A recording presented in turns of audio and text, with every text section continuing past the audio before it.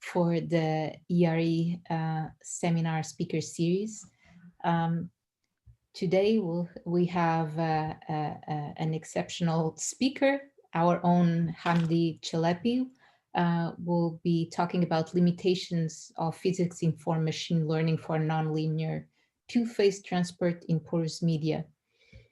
And as per the title, Hamdi is interested in numerical simulation of flow and transport processes in natural porous media with applications on reservoir simulation and subsurface CO2 sequestration. I was just asking Hamdi for how long he had been at Stanford, and it appears to be already 17 years in ERE. And with that, Hamdi, it's your turn. For all participants, if you have clarifying questions, feel free to ask those along the way. But for key questions, we'll have 10 to 15 minutes at the end of the seminar for Q&A. And please don't forget to mute yourself now during the seminar. Thank you. Thank you, Inez. Thank you for the invitation. It is my pleasure to be here, at least virtually, and share with you my thoughts on this topic. So as the title indicates, I'm going to focus on physics-informed machine learning to model multi-phase fluid transport in porous media. This work is part of Olga Fuks's PhD dissertation. Olga actually graduated, now she's Dr. Fuks. She started at Google on Monday. And I'm hoping that we can keep her roped in on topics related to reservoir simulation and flow and transport in porous media. So I wanted to give an overview of what we refer to as uncertainty propagation with respect to modeling flow and transport in porous media before I get into the details of this physics-informed machine learning. So we are interested in modeling the flow and transport of multiple fluid phases flowing in natural subsurface formations. And one of the challenges with these systems is that they're very heterogeneous, and their properties, especially permeability, shows multi-scale features that span a very wide range of length scales. So you have a heterogeneous system, but usually for the specific formation of interest, you have very sparse information, measurements. So the measurements are expensive and they're sparse. Think of a few wells penetrating a very large scale system. So this combination of highly heterogeneous domains where you have very sparse information about the specific target really translates into uncertainty. So this uncertainty about the full details of the particular formation that you're interested in leads to uncertainty in the flow performance predictions. So uncertainty in things like porosity and permeability when you model and try to understand what happens in terms of the flow and the transport, things like pressures, saturations, velocities, production rates, then these are uncertain. These output properties are uncertain because of the limited information you have about the input. So in my group over the years, we've been looking at this uncertainty propagation from the input to the output, where you're making predictions and you're making plans of, say, a reservoir development based on these predictions. We've been trying to develop accurate and computationally efficient ways of performing this propagation of uncertainty.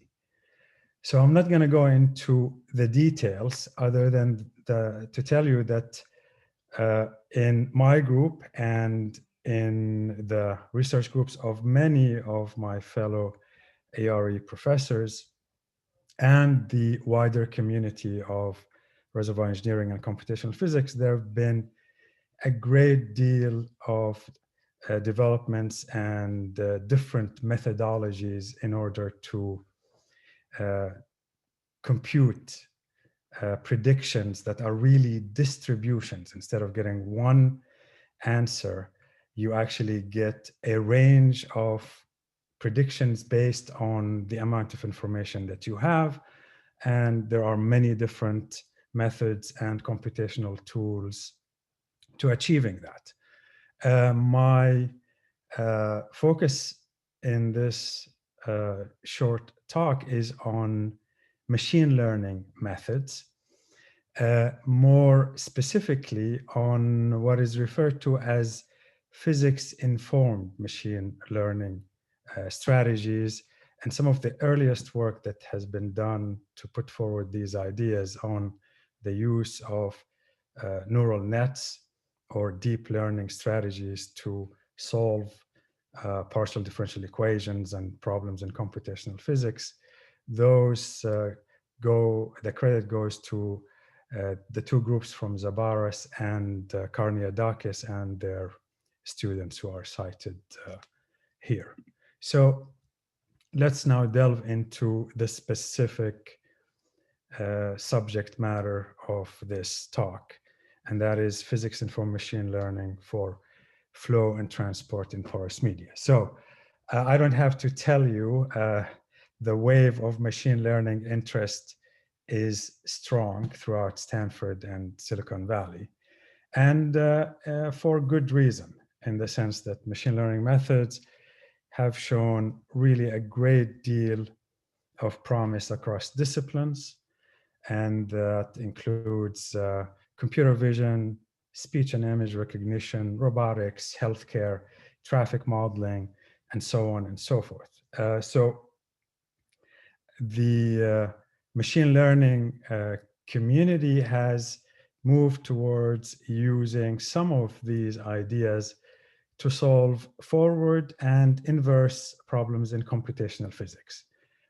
And I'll say a few more words about what we mean by forward and inverse problems. Specifically, again, the recent developments of so-called physics-informed machine learning for fluid dynamics problems by Raisi et al. And Zhu et al. And within that, we're going to look at a subset, a particular variant of these physics-informed machine learning methods to solve a very common problem in reservoir engineering, which is the so-called Buckley-Leverett problem. And that is, you're solving the conservation law, the mass conservation law, for one of the species, one of the two phases. The governing equation is a nonlinear, a hyperbolic partial differential equation. So that's the form of the conservation law that we want to solve to describe the evolution of the saturation of one of the fluid phases in the domain. And we restrict ourselves to the 1D forward problem. So this is not meant to be a detailed view of what machine learning does and the level of detail that underlies these architectures, but I want to sort of just lump things into essentially two big bins. So machine learning with lots of labeled data, meaning that you have lots of measurements, lots of information about the dependent variable of interest, versus machine learning methods that leverage on domain expertise. And by this, we mean that we want to embed some knowledge of the physics of the problem into the way we manage the network, evaluate whether the neural net is able to train properly and how we measure that, and how we set up the neural network. So with physics-informed machine learning, we don't rely on labeled data and measurements. We're trying to inject domain expertise, basically in our context, the conservation laws and the initial and boundary conditions, into the neural net so that we can better train these neural nets to reach a solution. So that's the overall target that we're after here. So to make things specific, we're interested in solving the one-dimensional conservation equation. Think of U as the saturation at a specific point x and time t. U sub t is the partial derivative of U with respect to time. So this is, if you will, an accumulation term. And then Fw sub x, Fw is this flux function. This is a nonlinear function of the saturations that varies as a function of saturation and in turn as a function of space and time. And Fw sub x is the derivative of this flux function Fw with respect to space. So now we want to solve this problem with a neural net approximation. So the interpretation is that you take the solution of the PDE and you assume that you can represent the solution through an approximation U of theta. Theta are the parameters in the neural net that allows you to form the solution as a function of x. X are the available data for the saturation in space and time. So for our specific problem, x then is the available information of saturation in space and time. And then think of what it would take to develop an approximation of the solution in the first layer. So in the first layer, y1 t and x, so the first approximation in layer 1 to the solution y1 is a linear combination of the available information in the previous layer times a weight, and then there is an activation sigma. This activation is always a nonlinear function, a simple nonlinear function, but nonlinear nonetheless, that is applied to the linear combination of the solutions from the previous layer. So that gives you now the approximate solution in layer 1. The solution in layer 2 builds on that. So now you take approximations, linear combinations within the layer, you apply weights, and then you apply this activation function. And then ultimately at the nth layer, the approximate solution is this weighted combination of the previous layer, the one to the last layer, that then gives you as an output this approximate solution to the problem. This is the idea of replacing how we normally solve a partial differential equation with a neural net approximation, a discrete neural net approximation in terms of the parameters theta and the different layers from 1 to n. So what does it mean now to train the network? The idea of training the network is to find all of these weights, W's, that then allow you to make an approximation to the solution. So to define whether we are reaching the right weights, we define a loss function. Think of it as an objective function in terms of optimization. So the loss function, or the target function here, is a combination of a loss based on the dependent variable U, our saturation, and a component that depends on the residual. So to be specific here, so L sub U, so the loss component that depends on the dependent function, is simply the absolute difference between your approximate solution U hat and the given data. And the data that we have, the way we set up our problem, is basically initial and boundary data. Again, we are solving a forward Riemann problem where the only available solutions to the network are the initial and boundary conditions. So that measures the distance with regard to those available data. And then you have the residual component of the loss function. So the residual is basically our conservation equation. And if the residual is 0, then this u hat honors the conservation equation. So distance of the residual in terms of being away from 0 squared is a good indicator of the loss function. So you'd like to minimize this loss function, minimize the residual and minimize the distance of the solution with respect to the available data. So that's the setup of the problem in terms of a neural net. So our problem, which appears in chapter 1 of any reservoir engineering course on multi-phase flow and transport.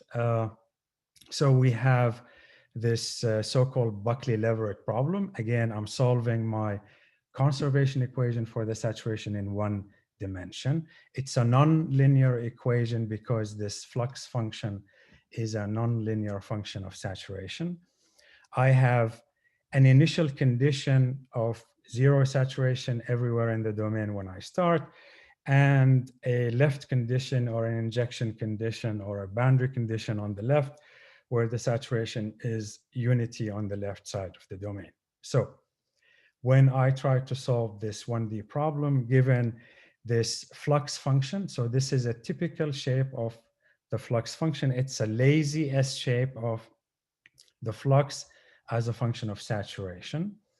And if you solve this equation subject to this initial and boundary condition with this flux function, you get at any given time a solution that is made up of a strong shock and a rarefaction wave. This is what we refer to as a mixed solution to this nonlinear hyperbolic problem, right? So you have a shock that moves left to right with the constant speed at a given saturation. Then you have the rarefaction wave that keeps spreading as the shock proceeds left to right. So this is a simple 1D problem. This is the analytical solution that can be obtained with the method of characteristics. So we're not trying to solve a very complicated setting. 1D nonlinear problem for which we know the solution analytically.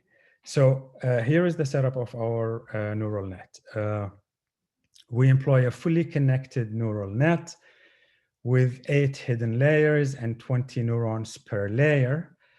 Most importantly, the training data for the network are basically values of the saturation at 300 points along the boundaries in space and time. And then you have a bunch of sampling data for the residual. We sample 10,000 points in this space and time of this 1D system.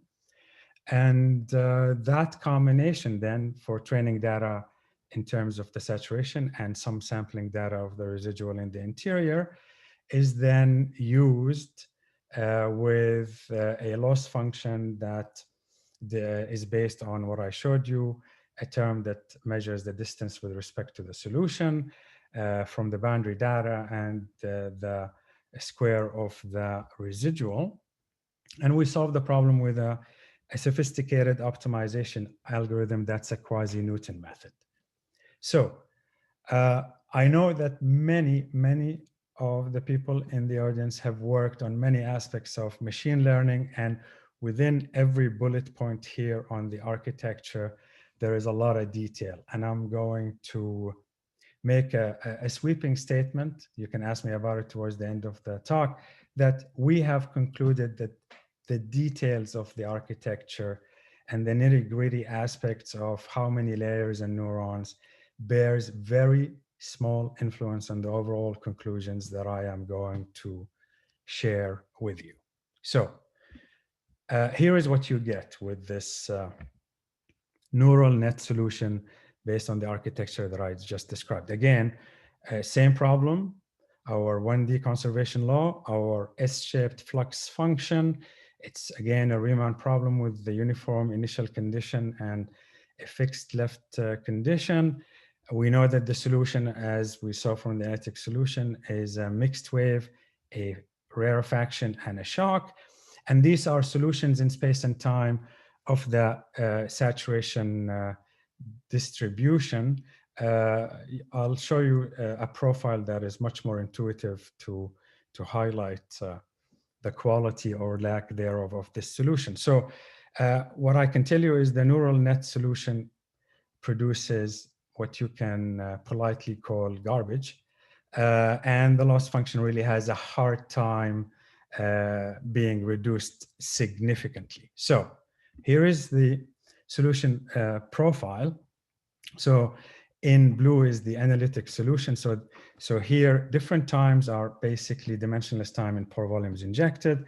This is if you're injecting 0.25 of the pore volumes of that one-dimensional domain that you have. And you can see that the prediction from the neural net is quite bad. It misses the shock location. It misses the height. It basically does not produce a reasonable approximation of the solution that we are after. So again, to follow up on what I said on the setup of the neural net. So Olga, we have varied the hyperparameter tuning. And as I always say, when a professor says we, it usually means a young, brilliant person who's doing it. So Olga varied the tuning parameters up and down the architecture in terms of the initializations, the number of layers, the activation function, and so on and so forth. And the net result is the differences are very, very small with respect to what you've just seen. The neural net has a hell of a time making reasonable approximations to the problem. So we resorted to a different way of looking at the problem. So whenever you're looking at the solution of these nonlinear hyperbolic equations, actually the easiest way to understand how things work is to start with the parabolic form of the equation. So this is epsilon, you can think of it as the diffusion coefficient. Uxx is the second derivative of saturation, the second order derivative of saturation. So this now renders the equation as a parabolic equation because we added this diffusion coefficient. We still have the same uniform initial condition, the injection condition, my same flux function, but now my equation is a parabolic PDE, and we know that the solution is smooth, and we obtain ultimately the solution that is obtained with the method of characteristic approximation.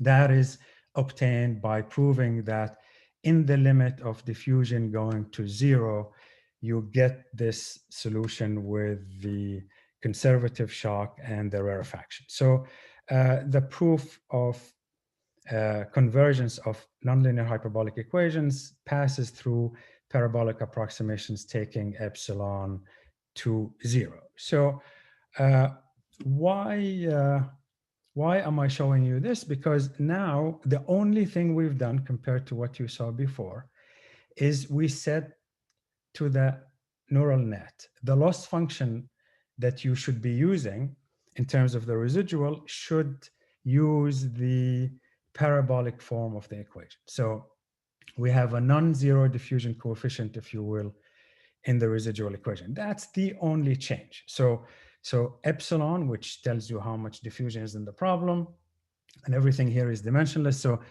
the epsilon is 2.5 times 10 to the minus 3. And if you prefer to work with Peckley numbers, with U as 1 and L as 1, 1 over epsilon is 400. So think of a Peckley number of 400, reasonably convectively dominated. And you can see that the solution as a function of different time, so this is the saturation as a function of distance for a given time, you can see that the neural net in these dashed red lines produces approximations to the solutions that are very, very nice, very close to the analytic solution, of course, with a bit of smearing of the shock around the edges, but the location is right, the height of the shock is right.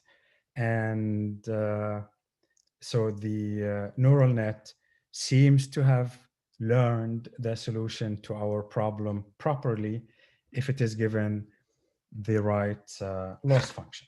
So just want to make sure that I don't go over time. So I still have 15 minutes. There are many ways of figuring out the convergence rate and the behavior of the loss function through the network as a function of the number of steps, the number of sweeps you go through the network back and forth. And without belaboring the point, what this shows basically is that the loss, remember this is how we define our objective function, this norm, is reduced very effectively. So the convergence rate is a strong function of the diffusion. So this is for the largest amount of diffusion in the problem.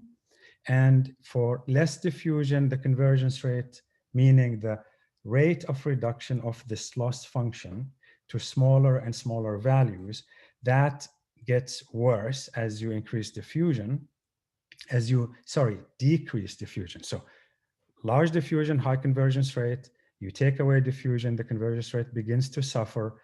And if you reduce the diffusion to really small values, like 10 to the minus 3 in this case, things stagnate. If you insist on using no diffusion, going back to the initial part of the story, the neural net actually goes crazy, as in it is unable to find a solution of any reasonable quality. And as you've seen from the solution, that is confirmed by looking at the saturation profile. So the loss convergence rate is a function of diffusion. Of course, you want to remember that as you add more diffusion to the problem, you're actually changing the accuracy and the quality of the solution with respect to the target hyperbolic limit of zero diffusion. So this is just to kind of remind us of the pluses and minuses of adding diffusion to the problem in the context of this neural net. Now, there are more sophisticated ways of looking at the actual training process. So you could now look at the behavior of the gradient of the loss with respect to the computed weights.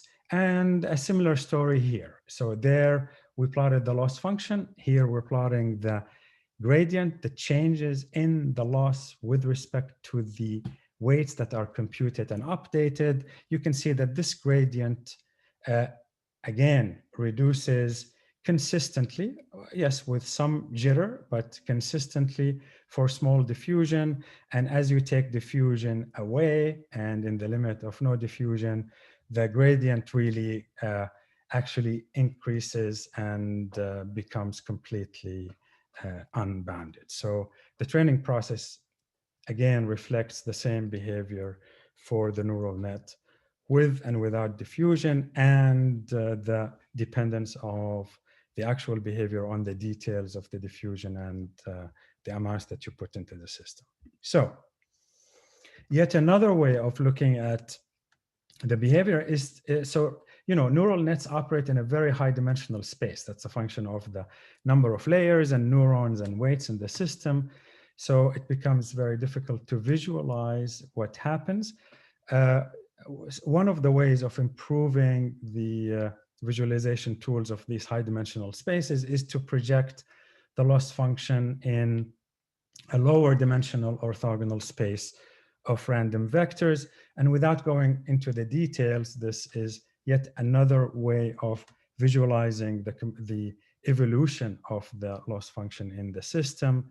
And you can see that in a nutshell, if you are optimizing a problem and your loss function in projected two-dimensional space looks like this, maybe this would be a beautiful picture of mountains and valleys, but that's not what you want to see in a loss function. So this is a nightmare to work around, lots of local minima and ridges, while here the loss function looks like this beautiful cone shape that if you are able to get within the cone, you're in good shape. So this is yet another way of investigating what the neural net is doing in terms of these high dimensional approximations to solve our problem. This can be confirmed by looking at contour plots. So if you look at the contour plot, the solution we're looking for here is at the center of the domain at 0, 0.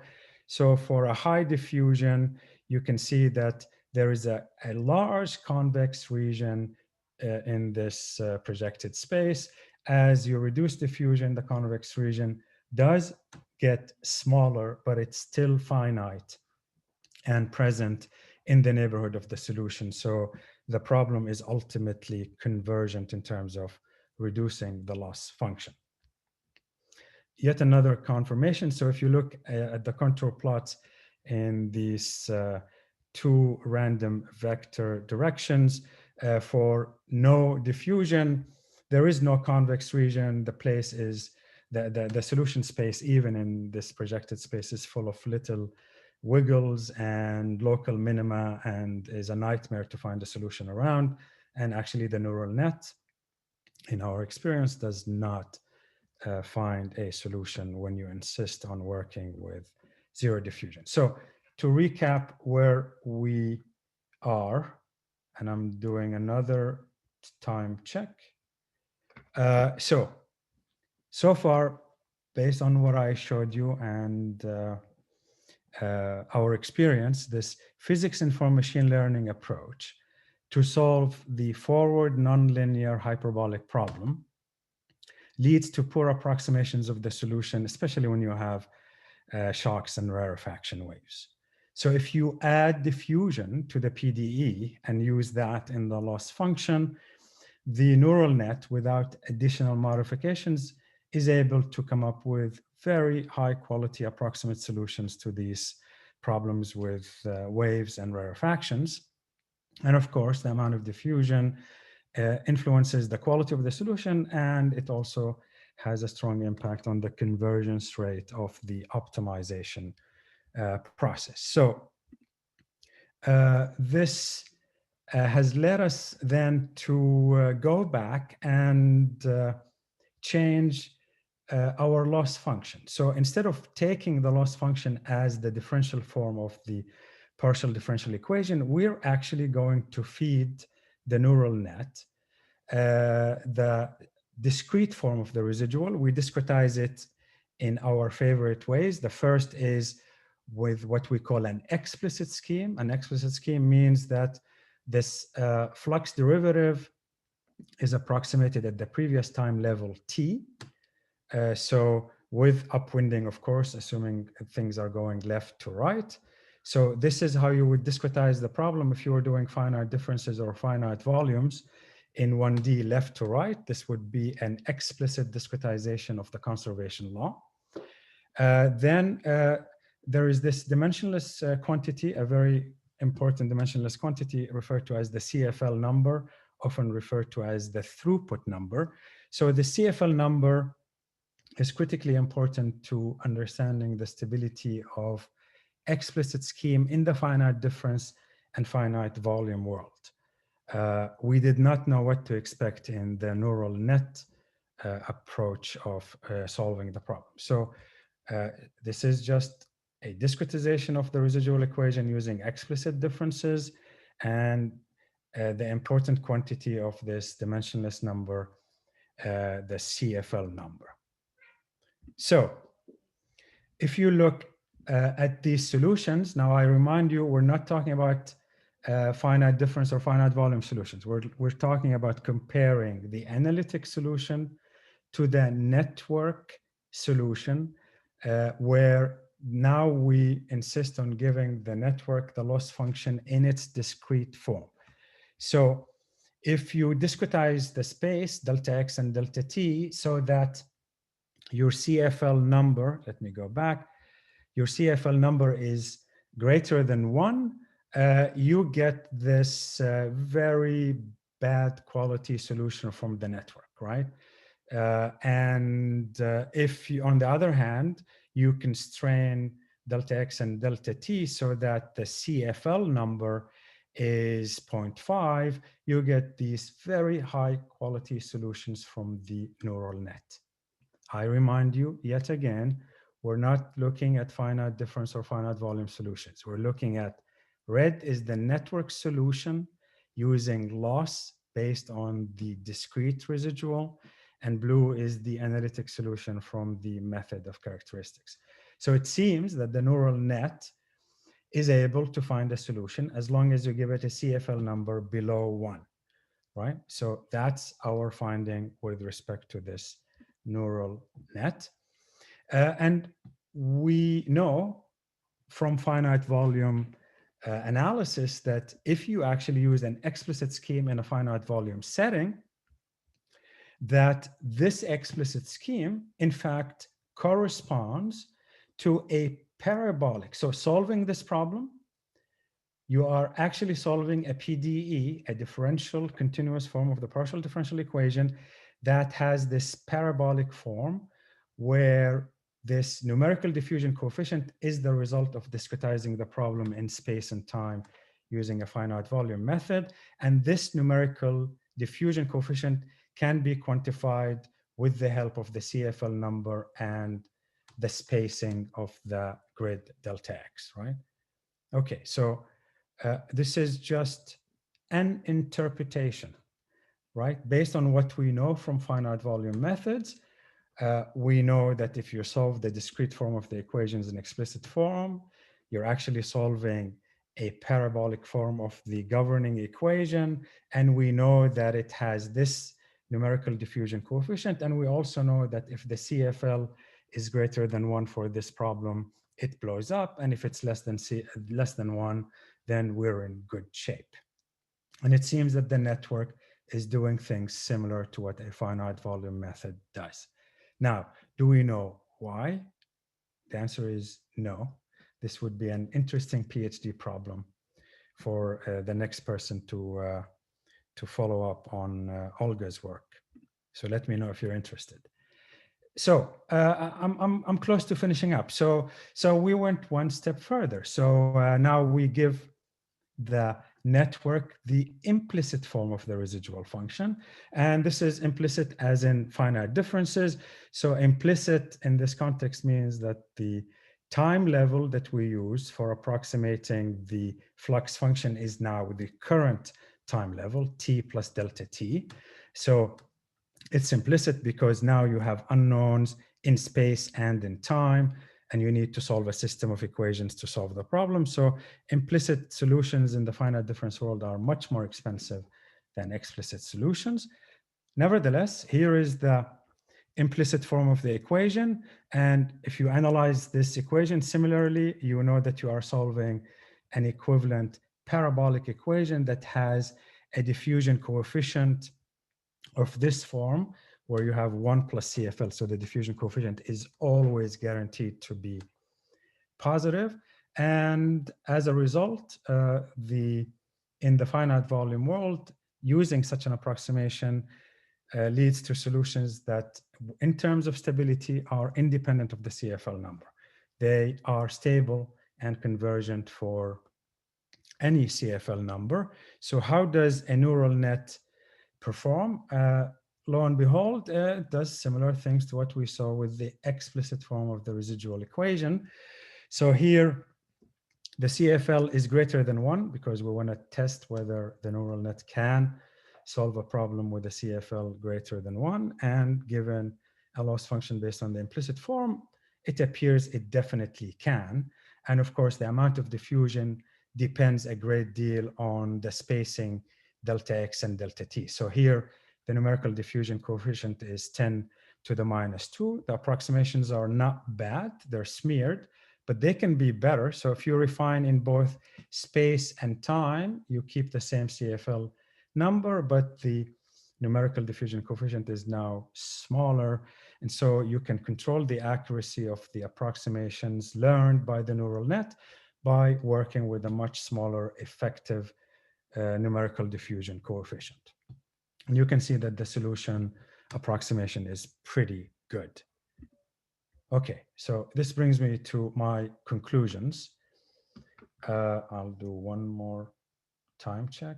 I have 30 seconds. So, okay, so summary of findings.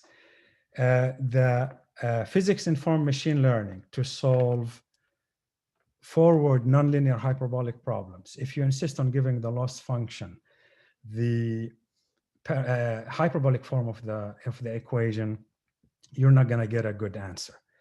Adding diffusion leads to better approximations, and of course, the details depend on the amount of diffusion that you add. The physics-informed machine learning framework appears to work beautifully if you now just work with the discrete form of the conservation equation as the loss function. And it appears to have stability properties that are analogous to low-order finite volume methods. I'll quickly flash Olga's publications. So this work was published in the inaugural issue of the Journal of Machine Learning for Modeling and Computing. Olga has done a great deal more work than this that has also been published elsewhere. And in terms of future work, my goodness, we've just scratched the surface. So what needs to happen? 2D heterogeneous problems, coupled problems, different formulations, and most importantly, a better, more deep understanding of why the neural net behaves the way it does when you add diffusion and you work with the discrete form of the equations. And we build from that towards more general approximations and numerical solutions to our problems. I will conclude with acknowledgements. The Consortium for Reservoir Simulation Research, SUPRI-B, a generous gift from Total for us to work on uncertainty quantification research, and the Stanford ERE Uncertainty Quantification Group led by Daniel Tartakovsky, and the endless conversations that will continue for sure with Cedric Frassis and our other students and postdocs, and as we try to make progress in this area. And I will stop here. Thank you. Thank you so much, Hamdi, for the presentation. We had 84 people joining at some point, and there are questions already lined up. So, Adam, you're up. Hey, Hamdi, great talk. Did you try sneaking up on the hyperbolic solution by basically solving a solution with a diffusion term and then seeding a sort of a future version of the net with one that you solved with a quote unquote easier problem, and then maybe iterating? Yeah, very, very good question, Adam, and actually with a partial solution. So what Olga had been trying towards the end of her work is to two things. One is to seed the solution with smooth approximations to the initial condition. That has not worked so well. But what seems to be working well is to actually start with a loss function with a large diffusion coefficient. And then to take the diffusion away as the network learns the process late in the optimization steps. So you start with a high diffusion and then slowly take it away. That seems to work better, but we have not figured out how to actually connect the rate of taking the diffusion away to the quality of the solution and the optimization process. But yes, ideas about enriching the solution with diffused approximations or taking away diffusion through the optimization process seem to be very interesting. Yes. Good. Roland, you're next. Hamdi. Yes. If we have this loss function, which is the finite difference equation, yes, and your neural network is minimizing a loss function, setting it to 0, are you not in solving the finite difference equation? I think so. I mean, so that's exactly right. So we want to understand how the neural net approximation, which is this discrete combination of the solutions that the neurons that are propagated with these activation functions from left to right till the last layer, it is a discrete approximation in space and time of saturation. And instead of solving it with finite volumes, you're asking the neural net to find the solution in that context. And I think that's exactly what we're looking for. Can we really understand and put on a fundamental footing how to discretize a PDE using a neural net and how to best teach it to find the solution without meandering? I mean, it doesn't seem surprising that it follows the same stability criteria as the original finite difference equation. Effectively, you're solving that. I'm glad to hear you say that. I think I agree, Roland. Intuitively, after the fact, I agree. But when Olga was neck deep with the loss function being the PDE in hyperbolic form, and when nothing worked, I wasn't sure about anything related to the neural net. But yes, I think thinking about the neural net as yet another way to numerically approximate a problem discretely is, I think, the path that we want to follow. And I'm going to take this question, Roland, and say something a message that I'd like to send. With our experience, machine learning is not so smart. So physics-informed machine learning means that human beings inject physics, and the more that they inject based on their understanding of the problem, the more that we have a chance of solving these problems. But I don't want to get carried away. This is a physics-informed machine learning solution to a 1D problem to which we know an analytic solution. So we have a long ways to go. There's a question from Ali. Yeah, actually, I had two questions. Thank you very much for the interesting presentation. So actually, one question is that, did you try the non-uniform delta X? For instance, I imagine that if you put more grid points near the location of the shock, you will get more accurate answer for the shock. We have not tried non-uniform spacing in space and time. We've tried the brute force approach of discretize like crazy in space and time, and that does not work for the hyperbolic form of the solution. But this is something to try with the parabolic form or the discrete form of the loss function. This opens the door to, yes, adaptivity in space and time once we understand how the numerical approximation actually works. But yes. And one more thing is that usually when we look at the literature for physics-informed neural network, we have two types of this machine learning. One is that imposing the initial and boundary condition, and another one is imposing a sparse data, but from inside of the domain. So for instance, here you have chosen, okay, so yeah, my question is that, how about if we forget initial and boundary condition and choose, for instance, 300 random data from inside of the domain? Yes, so based on everything we've read from a large number of papers, that should work. Remember, so we're insisting when I say that. So providing labeled interior information of the saturation distribution is equivalent to having measurements, and that turns the problem into an inverse problem for which now you know the loss function, but you also know the solution at a few locations, and that turns the entire framework into an inverse modeling framework. There is enormous cumulative evidence that that actually works beautifully. In our work, we wanted to completely focus on solving forward problems governed by conservation laws described by PDEs, because if you didn't know any better reading those papers, the implication is that forward problems can also be solved with machine learning as easily as inverse problems.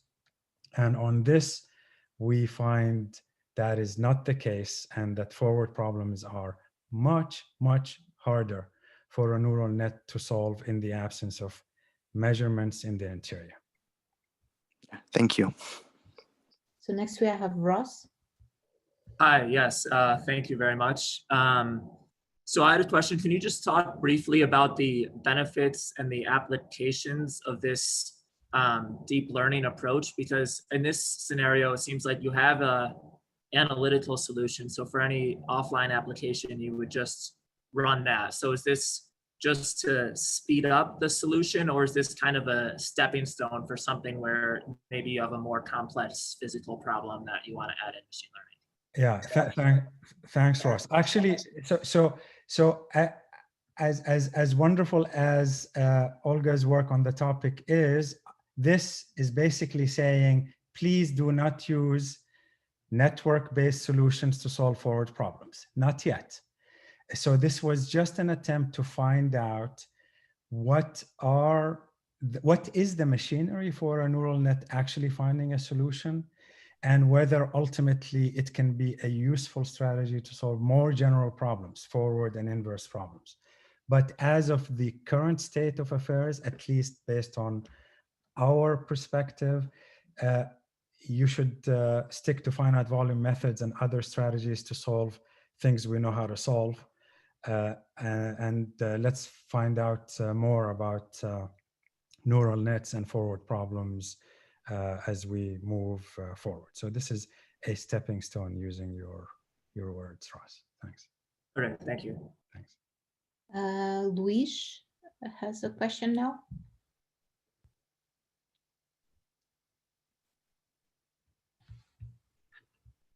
Luis, you're muted. Okay. Yeah. Okay. Hi, thanks, Hamdi, for the nice talk. Thank you, Luis. So I like. Okay.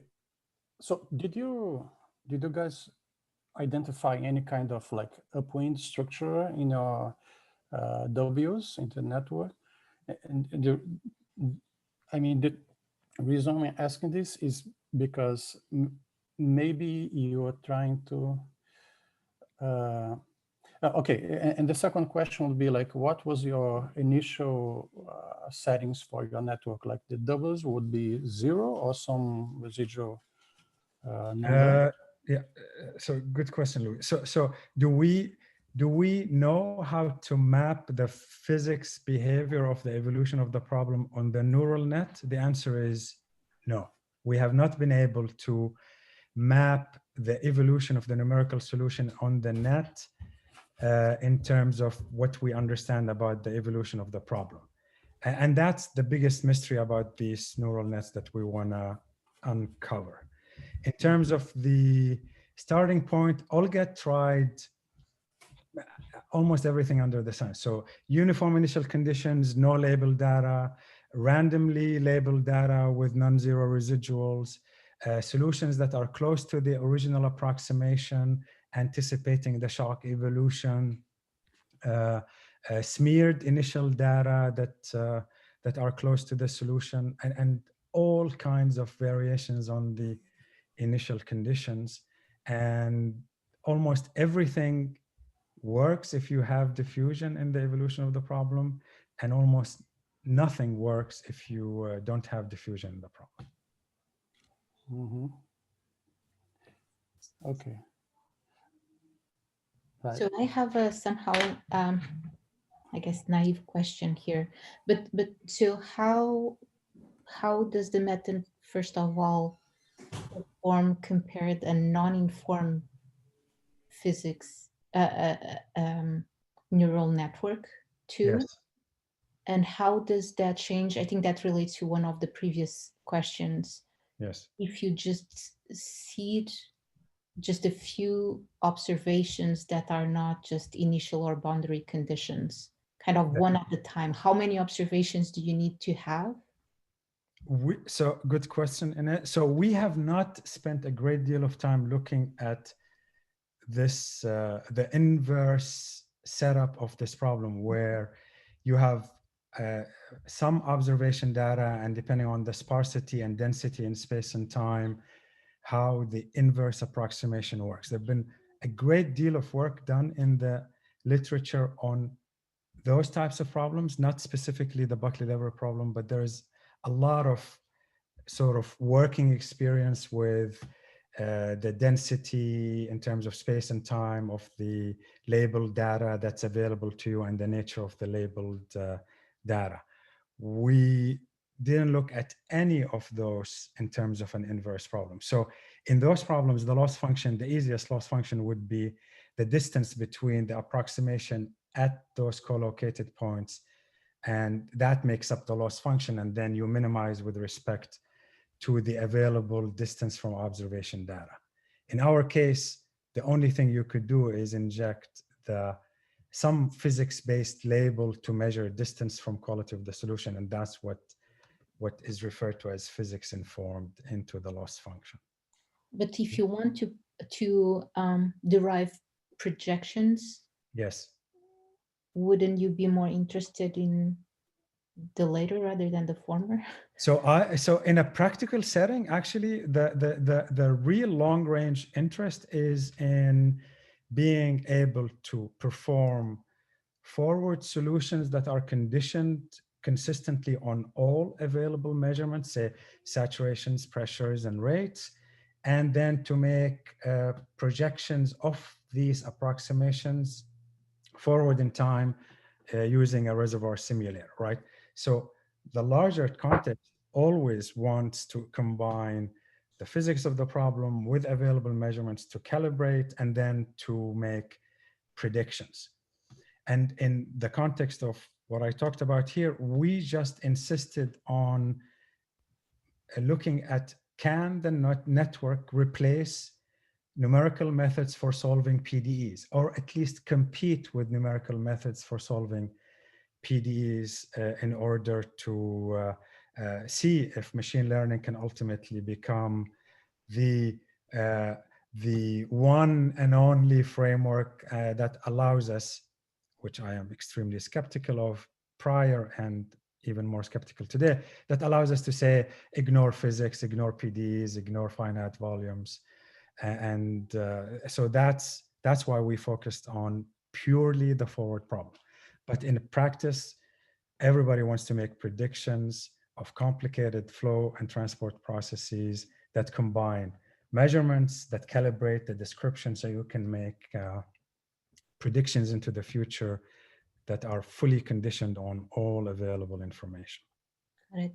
Last question, oh, maybe two more, depending on how long it is, to Ricardo. And if we have time, Tim also has a question. Hi, Hamdi. Hi, Ricardo. I understood that the results are not encouraging for us to solve these types of problems with the neural networks. They're encouraging if you're solving the 1D problem. Let's put it this way. No, they are not very encouraging. Yes. So my question is, how would this be applied to solve large-scale reservoir simulation problems if we had good results? Like, what would be the framework for that? If I were, let's assume that it is very easy to train a neural net to solve the solution of a conservation problem that involves shocks and rarefaction waves, then I would look for ways to replace finite volume standard solution strategies and put in complicated physics, throw it at the neural net without figuring out how the underlying physics of the governing equations and the convergence properties, and declare success. That would have been the dream scenario. What we are finding is, be careful. Machine learning has its place. So far, perhaps not in solving forward problems.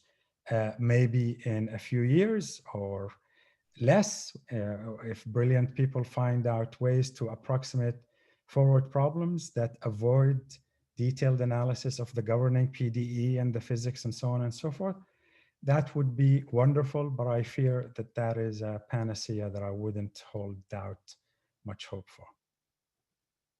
Thanks. But we're open. Okay, it is 2 p.m. Folks will start to leave. Hamdi, okay to take one more question? Just sure, and then we wrap up. Okay, Tim, you have the last question. Okay, Hamdi, thanks for the great talk.